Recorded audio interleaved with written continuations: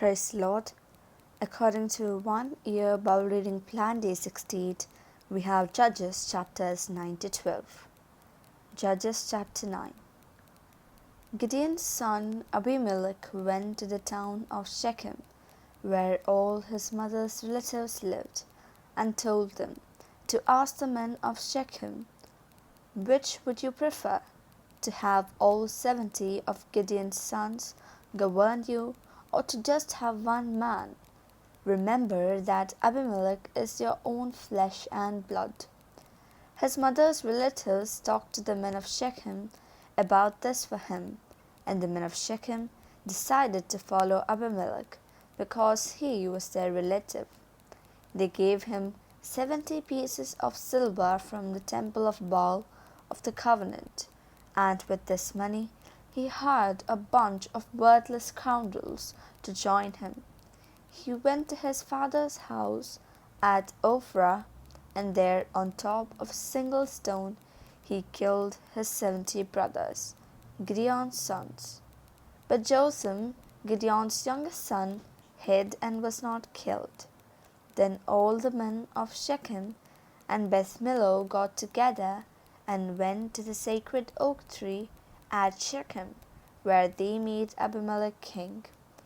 When Jotham heard about this, he went and stood on top of Mount Gerizim and shouted out to them, "Listen to me, you men of Shechem, and God may listen to you. Once upon a time the trees went out to choose a king for themselves. They said to the olive tree, 'Be our king.' The olive tree answered, 'In order to govern you, I would have to stop producing my oil, which is used to honor gods and human beings.' Then the tree said to the fig tree, 'You come and be our king.' But the fig tree answered, 'In order to govern you, I would have to stop producing my good sweet fruit.' So the trees then said to the grapevine, 'You come and be our king.' But the vine answered, 'In order to govern you, I would have to stop producing my wine that makes gods and human beings happy.'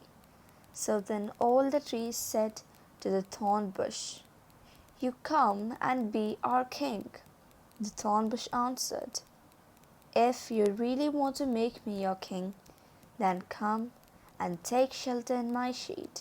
If you don't, fire will blaze out of my thorny branches and burn up the cedars of Lebanon.' Now then, Jotham continued, 'Were you really honest and sincere when you made Abimelech king? Did you respect Gideon's memory and treat his family properly as his actions deserved? Remember that my father fought for you. He risked his life to save you from the Midianites. But today you turned against my father's family.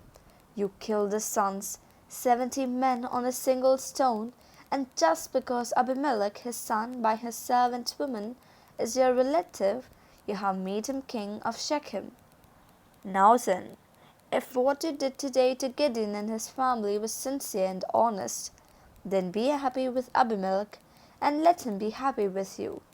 But if not, may fire blaze out from Abimelech and burn up the men of Shechem and Beth Millo. May fire blaze out from the men of Shechem and Beth Millo and burn Abimelech up." Then, because he was afraid of his brother Abimelech, Jotham ran away and went to live at Beer. Abimelech ruled Israel for 33 years. Then God made Abimelech and the men of Shechem hostile to each other, and they rebelled against Abimelech. This happened so that Abimelech and the men of Shechem, who encouraged him to murder Gideon's 70 sons, would pay for their crime. The men of Shechem put men in ambush against Abimelech at the mountain tops, and they robbed everyone who passed by. Abimelech was told about this. Then Gaal, son of Ebed, came to Shechem with his brothers, and the men of Shechem put their confidence in him. They all went out into their vineyards and picked the grapes, made wine from them, and held a festival. Then went into the temple of their god, where they ate and drank, and made fun of Abimelech. Gaal said, "What kind of men are we in Shechem? Why are we serving Abimelech? Who is he anyway? The son of Gideon. And Zebul takes orders from him. But why should we serve him? Be loyal to your ancestor Hamor, who founded your clan. I wish I were leading this people. I would get rid of Abimelech. I would tell him, 'Reinforce your army, come out and fight.'" Zebul, the ruler of the city, became angry when he heard what Gaal had said. He sent messengers to Abimelech at Arumah to say, "Gaal, son of Ebed, and his brothers have come to Shechem, and they are not going to let you into the city. Now then, you and your men should move by night and hide in the fields. Get up tomorrow morning at sunrise and make a sudden attack on the city. Then, when Gaal and his men come out against you, hit them with all you've got." So Abimelech and all his men made their move at night and hid outside Shechem in 4 groups. When Abimelech and his men saw Gaal come out and stand at the city gate, they got up from their hiding places. Gaal saw them and said to Zebul, "Look, there are men coming down from the mountain tops." "Those are not men," Zebul answered. "They are just shadows on the mountains." Gaal said again, "Look, there are men coming down the crest of the mountain, and one group is coming along the road from the oak tree of the fortune tellers." Then Zebul said to him, "Where is all your big talk now? You were the one who asked why we should serve this man Abimelech. These are the men you were making fun of. Go on out now and fight them." Gaal led the men of Shechem out and fought Abimelech. Abimelech started after Gaal, and Gaal ran away. Many were wounded even in the city gate. Abimelech lived in Arumah, and Zebul drove Gaal and his brothers out of Shechem, so that they could no longer live there. The next day Abimelech found out that the people of Shechem were planning to go out into the fields, so he took his men, divided them into 3 groups, and hid them in the fields, waiting. When he saw the people coming out of the city, he came out of hiding to kill them, while Abimelech and his group hurried forward to guard the city gate. The other 2 companies attacked the people in the fields and killed them all. The fighting continued all day long.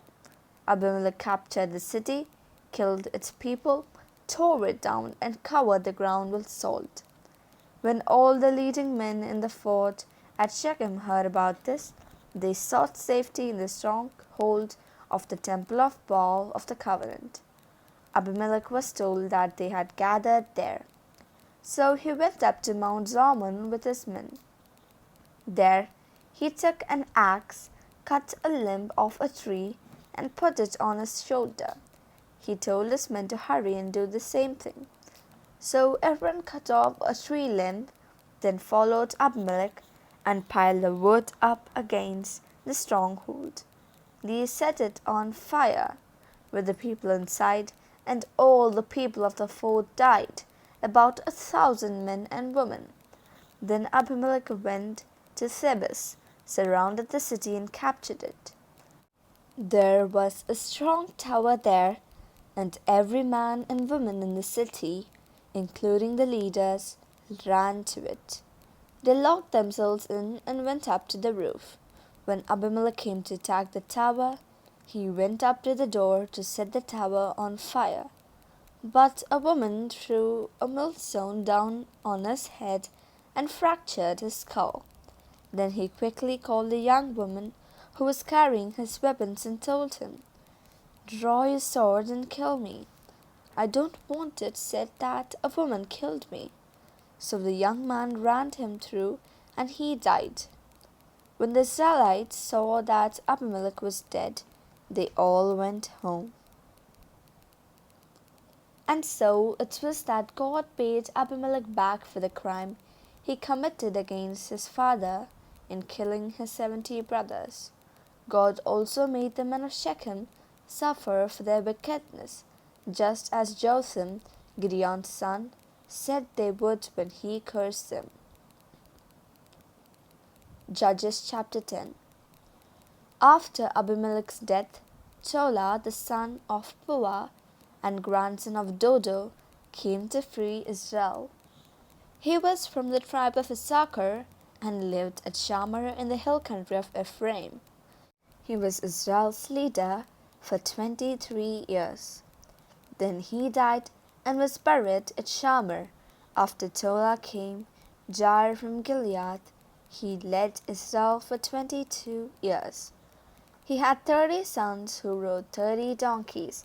They had 30 cities in the land of Gilead, which are still called the villages of Jair. Jair died and was buried at Carmon. Once again the Israelites sinned against the Lord by worshipping the Baals and the Astartes, as well as the gods of Syria, of Sidon, of Moab, of Ammon, and of Philistia. They abandoned the Lord and stopped worshipping him. So the Lord became angry with the Israelites and let the Philistines and Ammonites conquer them. For 18 years they oppressed and persecuted all the Israelites who lived in Amorite country east of the Jordan River in Gilead.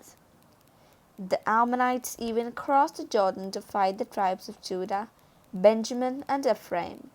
Israel was in great distress. Then the Israelites cried out to the Lord and said, "We have sinned against you, for we left you, your God, and worshipped the Baals."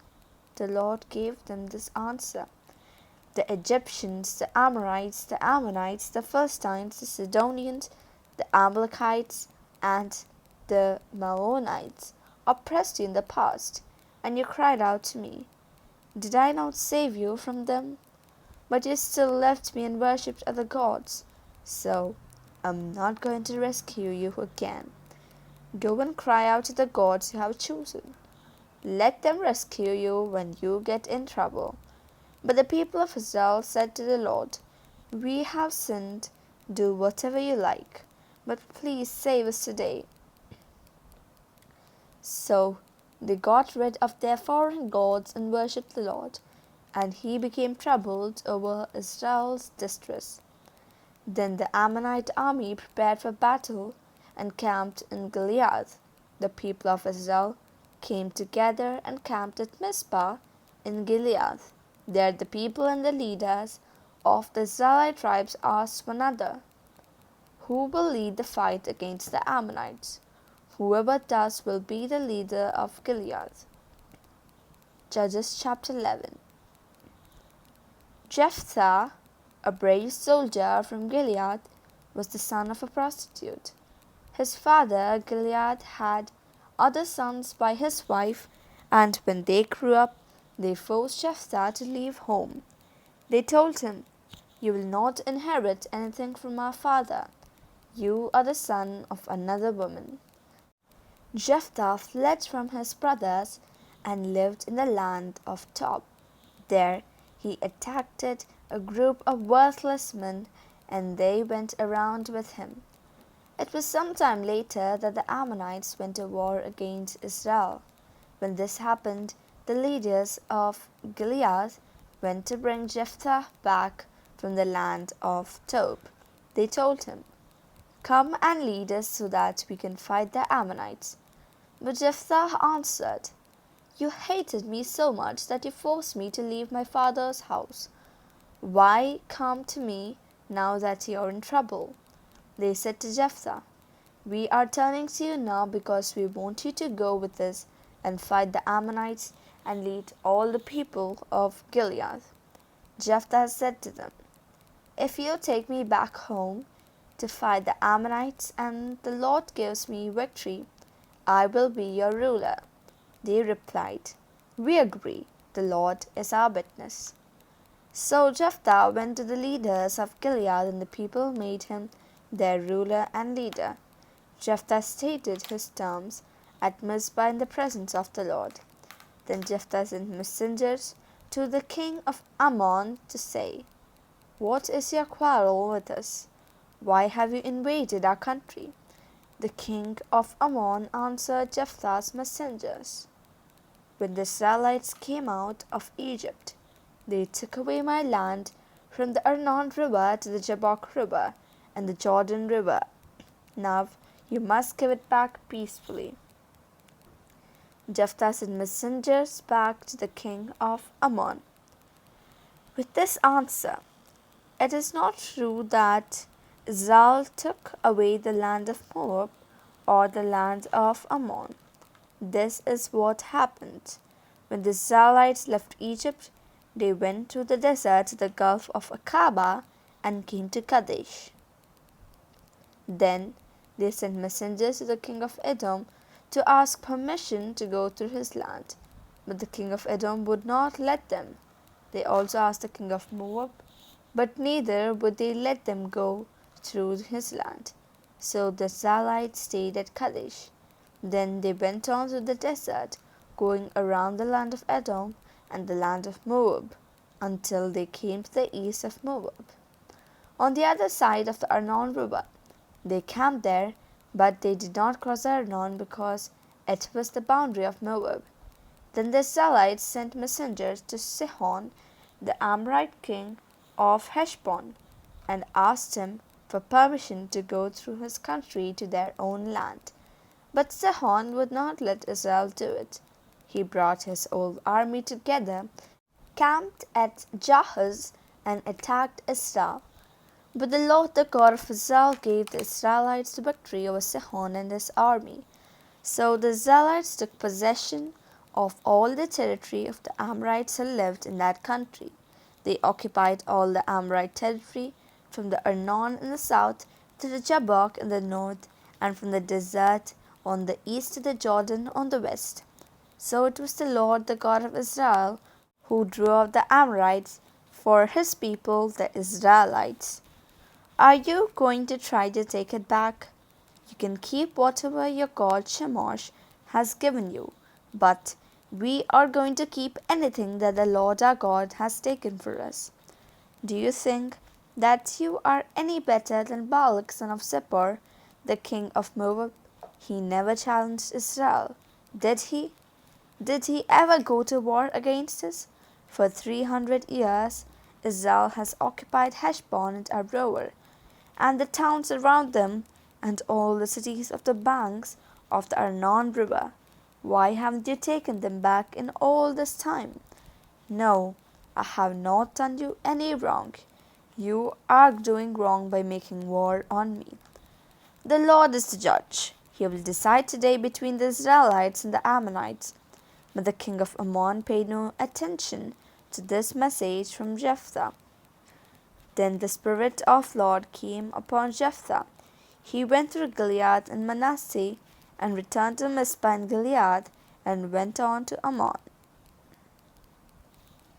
Jephthah promised the Lord, "If you will give me victory over the Ammonites, I will burn as an offering the first person that comes out of my house to meet me. When I come back from the victory, I will offer that person to you as a sacrifice." So Jephthah crossed the river to fight the Ammonites. The Lord gave him victory. He struck at them from Aroer to the area around Minnith, 20 cities in all, and as far as Abel Keramim. There was a great slaughter, and the Ammonites were defeated by Israel. When Jephthah went back home to Mizpah, there was his daughter coming out to meet him, dancing and playing the tambourine. She was his only child.